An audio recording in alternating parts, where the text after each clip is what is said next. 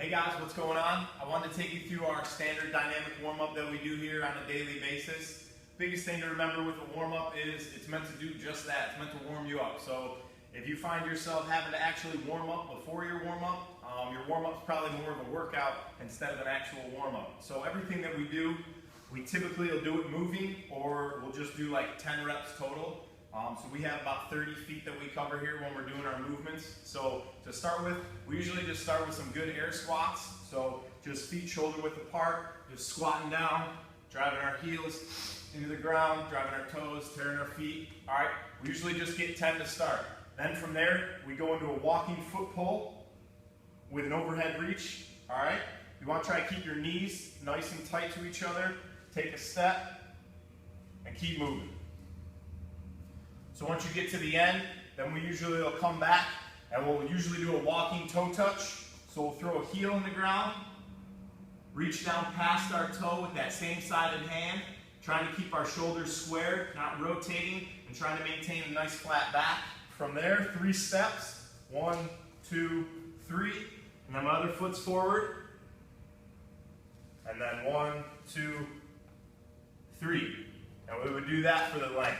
Then coming back, we usually will do a knee pull to chest. So the goal here is pulling our knee up to our chest, not pulling ourselves down to our knee. So pulling our knee up to us. Take a step, pull our knee up to ourselves. So some people, if they don't have the range of motion, you can kind of squat down and then work on pulling that knee up to you. So we would do that the length. Then we would come back. Next thing we would do is a leg cradle. Very similar to the knee pull to chest, except you're going to grab over top of your ankle, come underneath your knee, and you're going to pull up to maintain that shin being at a 45-degree angle. Take a step through, do the same on the other side. Okay, so that's the leg cradle. So not a lot of people do this leg cradle.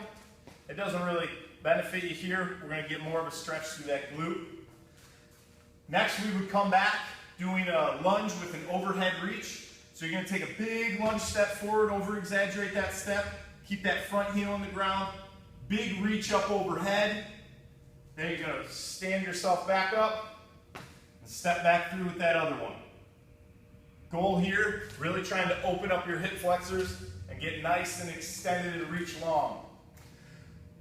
Coming back, we usually will do a Frankenstein or a toy soldier. So arms up in front of you, you dynamically kick that leg up, step, kick, step, kick.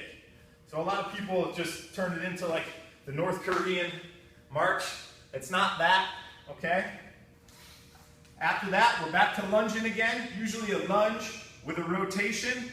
You can do it with your hands on your head, or you can do it with your arms out to the side, but you're just gonna take another big lunge step, and then you're going to rotate to the side, trying to rotate with your shoulders. Take another big step through, and I'll show you with my hands on my head. And then another big step through. Then we'll usually do a lateral lunge. So usually start by facing the window, facing the flag. And then you're going to take a big step out, big lunge step out. Keep both heels flat on the ground, both feet flat, toes pointing straight ahead. Shift my butt over. Shift my butt back, and then we usually pivot out of it and repeat the same thing. Trying to keep my torso as upright as possible, not like falling down. After the lateral lunge, we usually will go into a Spiderman lunge. So for that, we get into like a push-up position, but with close grip of our hands. And from here, what I'm going to do is I'm going to snap my left foot up outside my left hand, working to get that foot nice and flat and right next to my hand.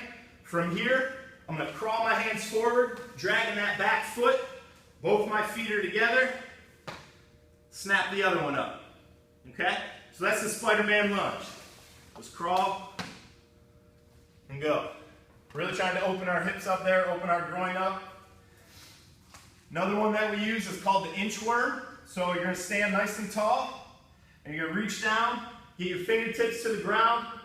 Start walking your fingertips until you get your hands flat, keeping your back flat, keeping your legs straight.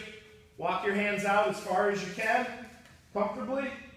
And then you're going to tippy toe walk back until you can get your hands all the way, or your feet all the way up to your hands.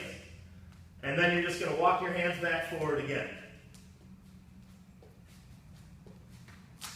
All right, so this is called the inchworm. Okay, so if you can't get all the way up, that's fine. All right, but over time, doing the same thing, repeating it, your range of motion, your mobility, your flexibility, it'll improve. Then from there, exercise called the greatest stretch ever. It's kind of a combination of the lunge with the overhead reach with the Spiderman lunge. So we'll start by taking a big lunge step forward with our left leg. I'm going to put both my hands to the ground inside my left foot. I'm going to take my left elbow and I'm going to try to wind myself down to get my forearm flat to the ground. From here, I'm going to reach up overhead. Then I'm going to take my left hand, I'm going to put it outside my left foot. I'm going to push through my heel to push my hips back, working on extending my knee, get a good stretch through that hamstring. And then I'm going to step myself through and repeat it on my right side.